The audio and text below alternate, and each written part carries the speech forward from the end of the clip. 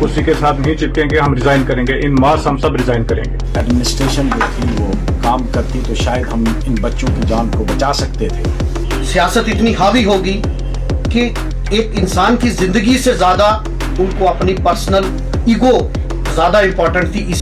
राजौरी का गांव बदाल, जिसे आप बदहाल गांव भी कह सकते हैं, 18 मौतें हो जाने के बाद अब हम ड्यूल खेलेंगे, सैंपल खेलेंगे, सरकार को घेरेंगे, मास रेजिग्नेशन की धमकी भी देंगे।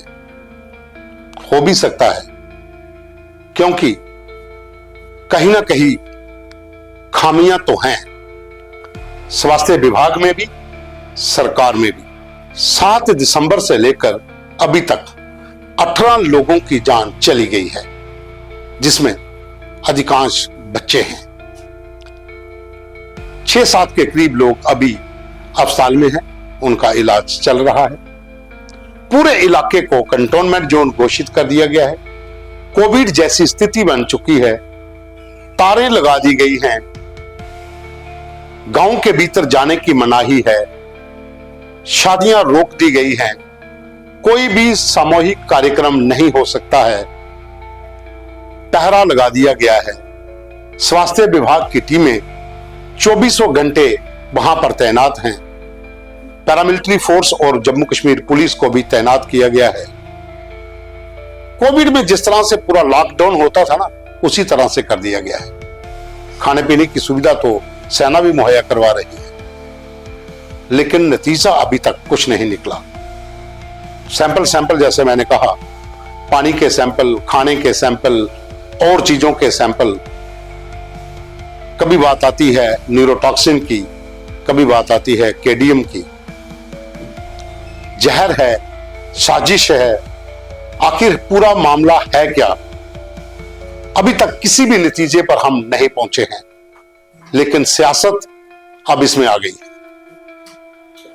कल राजौरी के विधायक इफ्तार अहमद, बुद्धल के विधायक जावेद इकबाल चौधरी, थन्ना मंडी के विधायक Muzaffar Iqbal Khan joint press conference करते हैं और ड्यूल सिस्टम को लेकर अपनी नाराजगी व्यक्त करते हैं और ये कहते हैं कि हम किसी भी हद तक जा सकते हैं, मास रेजिग्नेशन भी हो सकता है। तो पहले आप इन तीनों विधायकों की प्रतिक्रिया सुनिए कि आखिर ये क्या कह रहे हैं। जैसे ड्यूल पावर सिस्टम है, इस ड्यूल पावर सिस्टम की वजह से ही ये सारा सिस्टम जो है खराब है, क्योंकि अगर ये ड्यूल पावर सिस्टम ना होता, हमें एयर एम्बुलेंस अगर पहले वक्त पे मिल गई होती, जो 12 मासूम बच्चों की जान शायद हम बचा पाते। मैं एक लेजिस्लेचर हूँ और मैं 3 दिन 4 दिन मैंने हर एक दरवाज़ा खटखटाया है कि इनका अच्छा ट्रीटमेंट होना चाहिए। जो पेशेंट बडाल से लाए गए हैं, इनको पीजीआई चंडीगढ़ लेके जाना चाहिए, इनको एम्स में लेके जाना चाहिए, लेकिन इस ब्यूरोक्रेटिक सेटअप में हमारी कहीं सुनवाई नहीं हुई है। अगर वक्त पर एडमिनिस्ट्रेशन जो थी वो काम करती तो शायद हम इन बच्चों की जान को बचा सकते थे। और ये जो ड्यूल सिस्टम है, इसने क्रिपल करके रख दिया है। हम चाहते हैं कि अगर लोगों ने हमको मैंडेट दिया है तो ये ड्यूल सिस्टम में रहकर हमको आप कोलैप्स करना चाहते हैं, उससे बेहतर है कि हम लोग किसी हद तक भी जाने के लिए तैयार हैं। सियासत इतनी हावी होगी कि एक इंसान की जिंदगी से ज्यादा उनको अपनी पर्सनल ईगो ज्यादा इंपॉर्टेंट थी। इसीलिए यहां से एयरलिफ्ट हुए पेशेंट, लेकिन जम्मू से आगे चंडीगढ़ वो एयरलिफ्ट नहीं हो सके। ये जिला राजौरी के 5 विधायकों में से 3 विधायक थे।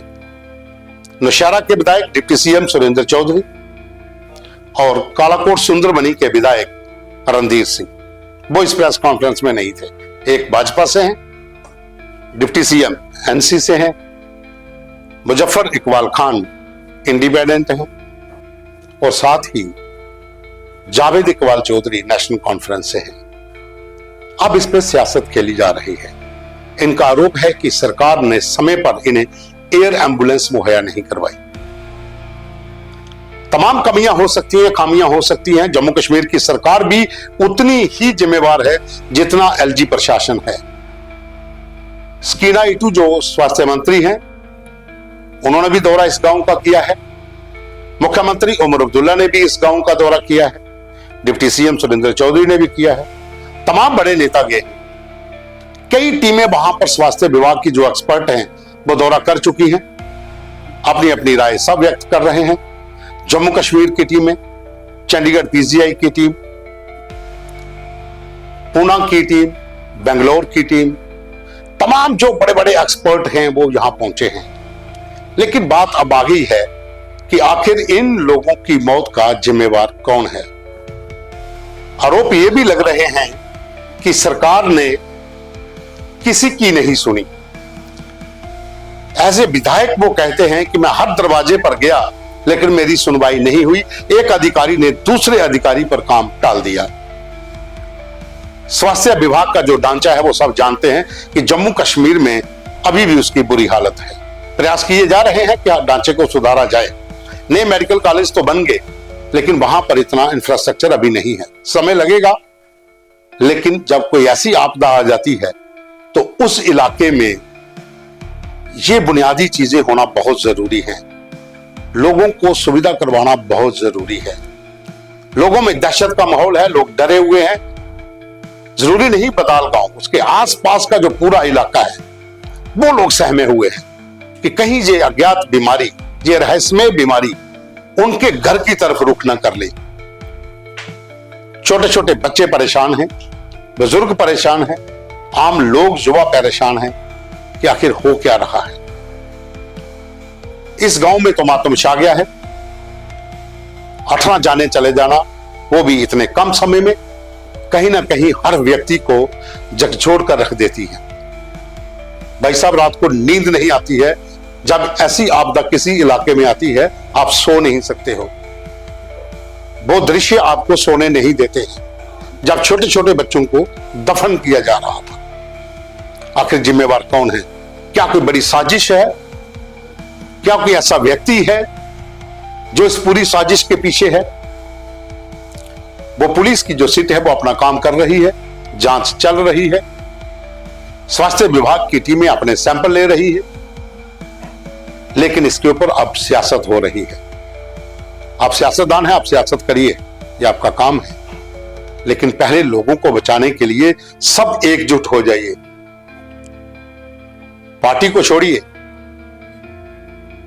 संगठनों को छोड़िए, एकजुट होकर इस गांव के उन लोगों को बचाने की कवायद शुरू करिए यहां पर जिस बीमारी ने पूरे गांव के अंदर मातम का माहौल बना दिया है।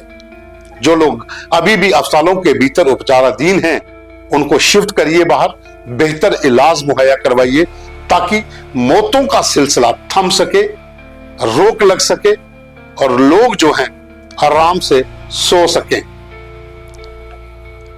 पहाड़ी इलाका है, सुविधाओं की कमी हो सकती है, इसमें कोई शक नहीं। रोड कनेक्टिविटी की भी हो सकती है, बिजली पानी की भी समस्या हो सकती है, लेकिन इंसान की जान बचाने के लिए एक आंकड़ा नहीं बनना चाहिए, जान की कदर होनी चाहिए। उसके लिए सभी एकजुट हो जाइए, सरकारें मिलकर काम करें ताकि लोगों को बचाया जा सके। और इसमें भी कोई शक नहीं है कि कोई भी अधिकारी हो, कोई भी अफसर मौके पर हो, वो ये नहीं चाहता है कि किसी की जान चली जाए। हालात अलग हो सकते हैं, प्रेशर अलग हो सकता है, लेकिन इंसान की जान की कीमत सबको पता है। हर कोई चाहता है कि उस व्यक्ति की जान बचाई जा सके। जितनी कोशिश होती है वो करता है। आपके पास कितना इंफ्रास्ट्रक्चर है, आपके पास कितने साधन हैं, आप किस तरीके से काम कर रहे हैं, ये दुनिया आपको देख रही है। बात रजौरी के छोटे से गांव से निकलकर अब पूरी दुनिया तक पहुंच चुकी है कि आखिर इतना बड़ा देश और एक ऐसी अज्ञात बीमारी जिसके तरह तरह के नाम दिए जा रहे हैं, उसको अभी तक रोका नहीं जा सका है। 18 मौतें होने के बाद 6 लोग अभी भी अस्पतालों में हैं। एक जगह के ऊपर लोगों को लाकर क्वारंटाइन कर दिया गया है, वहां पर कोविड जैसी स्थिति बन गई है, तारबंदी कर दी गई है। लेकिन आखिर इसके पीछे है क्या? अगर साजिश है तो पुलिस जो अपना काम कर रही है वो भी थोड़ा जल्दी में काम करे और पता लगाए। अगर इसके भीतर कोई जहर है या फिर कोई साजिश है या फिर वहां पर कोई ऐसा अज्ञात बीमारी जो फैली है, उसको स्वास्थ्य विभाग की टीमें वो उसके ऊपर काम करें ताकि लोगों को राहत मिल सके। सियासत होती रहेगी, सियासत अपनी जगह पर है।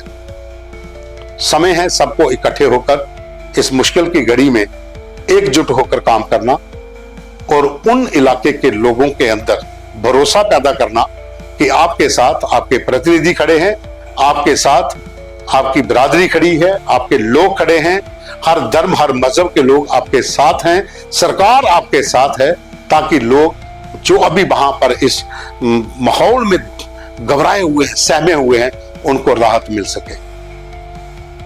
अभी के लिए बस इतना ही।